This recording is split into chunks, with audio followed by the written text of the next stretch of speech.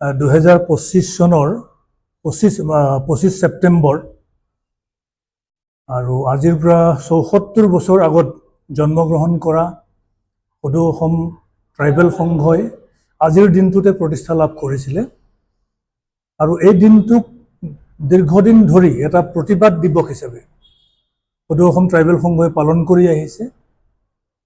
প্ৰতিবাদ দিৱস এইকাৰণে পালন কৰি আহিছে যে অসমৰ জনজাতিসকলৰ বিভিন্ন সমস্যা আজিলৈকে সমাধান হোৱা নাই। বহু অমীমাংসিত কিছুমান সমস্যা আছে আৰু এই সমস্যাবিলাকক লৈ সময়ে সময়ে আমি চৰকাৰক, ৰাজ্য চৰকাৰ তথা কেন্দ্ৰীয় চৰকাৰক আমি দাবী চনদ প্ৰদান কৰি আহিছোঁ। গতিকে এই দাবী চনদত যিবিলাক দাবী উল্লেখ আছে, এই দাবীখিনিৰ সমাধানৰ কাৰণে প্ৰত্যেক বছৰে 25 ছেপ্টেম্বৰ দিনটো আমি দাবী দিৱস হিচাপে পালন কৰি আহিছিলোঁ আৰু 1951 চনৰ আজিৰ তাৰিখটোতে সদৌ অসম ট্ৰাইবেল সংঘ জন্ম হৈছিল। ইয়াৰ পূৰ্বে 1933 চনত ট্ৰাইবেল সংঘক আসাম ট্ৰাইবেল লীগ হিচাপে জনা গৈছিল। 1933 ৰহাত, নগাঁও জিলাৰ ৰহাত জন্মগ্ৰহণ কৰিছিল আসাম ট্ৰাইবেল লীগে আৰু তেতিয়া ট্ৰাইবেল লীগ হিচাপে এটা পলিটিকেল ফৰাম আছিল আৰু ৰাজনৈতিক সংগঠন হিচাপে অসমৰ ৰাজনীতিত ই সাংঘাতিক ধৰণৰ এটা প্ৰভুত্ব বিস্তাৰ কৰিবলৈ সক্ষম হৈছিল।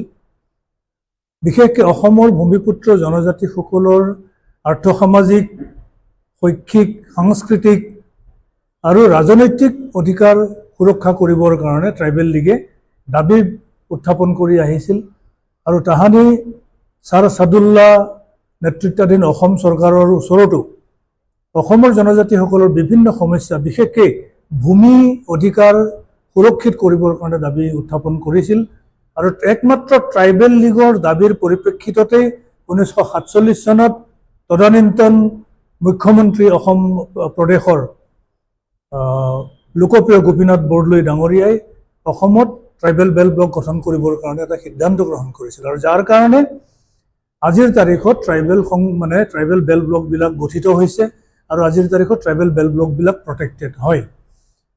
আৰু বিশেষকৈ 1951 চনত তাহানিৰ ট্ৰাইবেল লীগ ই শিথিল হৈ পৰে আৰু সেই তাহানিৰ যি ঐক্যবদ্ধ বা উমৈহতীয়া জনজাতিসকলৰ ৰাজনৈতিক যি শক্তি, আসাম ট্ৰাইবেল লীগ শিথিল হয় আৰু ইয়াৰ নেতাসকলে বিভিন্ন পলিটিকেল পাৰ্টিত অংশগ্ৰহণ কৰাৰ কাৰণে ট্ৰাইবেল লীগটো ডিফাংক্ট হয় আৰু ডিফাংক্ট হোৱাৰ পৰিপ্ৰেক্ষিতত এটা ছ'চিঅ' কালচাৰেল অৰ্গেনাইজেশ্যন হিচাপে অসমৰ এই জনজাতিসকলৰ লৈ পেলাই সদৌ অসম ট্ৰাইবেল সংঘ গঠন কৰা হয় আৰু তেতিয়াৰে পৰা 1951 চনৰ 25 ছেপ্টেম্বৰ দিনৰ পৰা আজিৰ তাৰিখলৈকে সদৌ অসম ট্ৰাইবেল সংঘই অসমৰ জনজাতিসকলৰ বিভিন্ন অভাৱ অভিযোগ মোচনৰ কাৰণে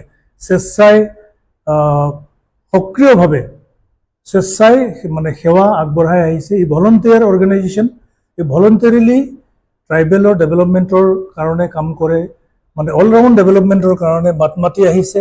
ইয়াৰ ট্ৰাইবেল সংঘ কৰিলে কোনো পইচা পাতি ইয়াতে নাপায়, কোনো দৰমহা ইয়াত নাই। আমি প্ৰত্যেকেই স্বেচ্ছাসেৱী হিচাপে জনসাধাৰণক, বিশেষকৈ ট্ৰাইবেল জনগোষ্ঠীক আমি সেৱা আগবঢ়াই অহা এটা সংগঠন। এই সংগঠনৰ আজি প্ৰতিষ্ঠা দিৱস।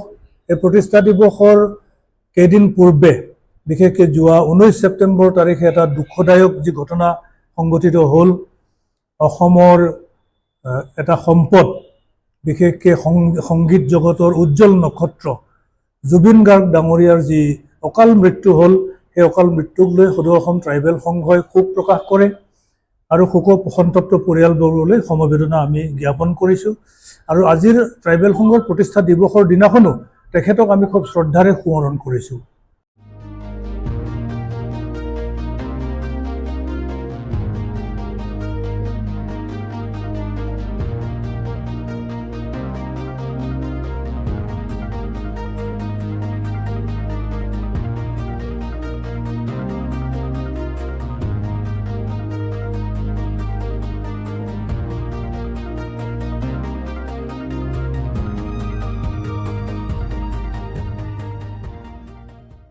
Stay informed, stay ahead.